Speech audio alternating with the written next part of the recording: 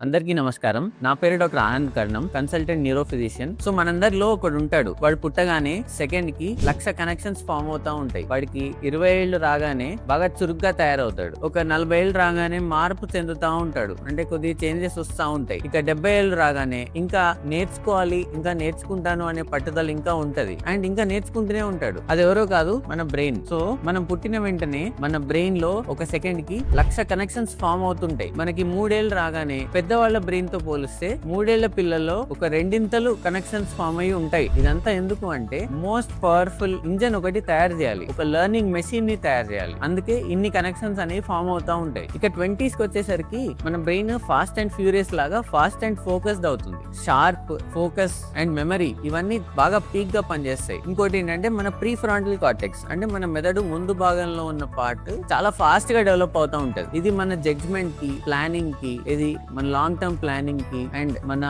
మన impulse control అనేది ఇక్కడే డెవలప్ అవుతుంది. సో 20s లో మీ బ్రెయిన్ మిమ్మల్ని స్మార్ట్ అండ్ వైజ్ గా చేస్తుంది. ఇంకా 40s వచ్చేసరికి కొద్దిగా నా బ్రెయిన్ మారిపోతుంది, స్లో అవుతుంది అనుకుంటారేమో. లేదు, బ్రెయిన్ రూపాంతరం చెందుతుంది, కొద్దిగా చేంజ్ అవుతుంది అంతే. అంటే మనకి ఏదైతే వాల్యుబుల్ ఉందో, ఏదైతే మనకి మోస్ట్ ఇంపార్టెంటో దానిపైన ఫోకస్ చేస్తుంది, మిగతా కొద్దిగా పక్కన పెడుతుంది. ఈ 40s లో కొన్ని విషయాలు గుర్తుపెట్టుకోవడం కష్టం అవుతుంది, కరెక్టే. అండ్ మల్టీ టాస్కింగ్ అనేది కష్టం అవ్వచ్చు, కానీ మనకు చురుగ్గా పనిచేసేది ఏంటంటే emotional intelligence and decision making అనేవి పీక్ లో ఉంటాయి 40s లో. ఇక 70s కి వచ్చేసరికి మీకు ఇక్కడ ఒక షాకింగ్ విషయం చెప్తాను. మనోడు ఇంకా నేర్చుకుంటూనే ఉంటాడు. ఫర్ ఎగ్జాంపుల్, ఒక కంట్రీలో హైవేస్ చాలా వెల్ కనెక్టెడ్, మంచి హైవేస్, చాలా స్మూత్ గా ఉండే హైవేస్ ఉన్నాయనుకోండి, అలా ఉంటది మన బ్రెయిన్. అంటే ప్రాపర్ గా డెవలప్ అయి ఉంటుంది. కాకపోతే ఈ 70s లో మనం రెగ్యులర్ గా reading, walking and puzzle solving, regular physical activity చేస్తేనే ఈ హైవేస్ అనేవి స్మూత్ గా ఉంటాయి. లేకపోతే ఈ న్యూరల్ హైవేస్ అనేవి డిస్రప్ట్ అవుతాయి. సో ఫైనల్ గా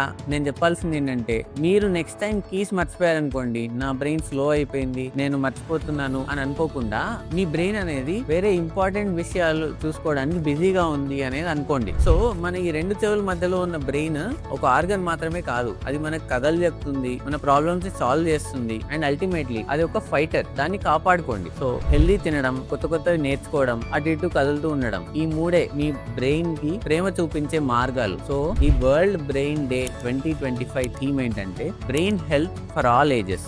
so take care of your brain. Thank you.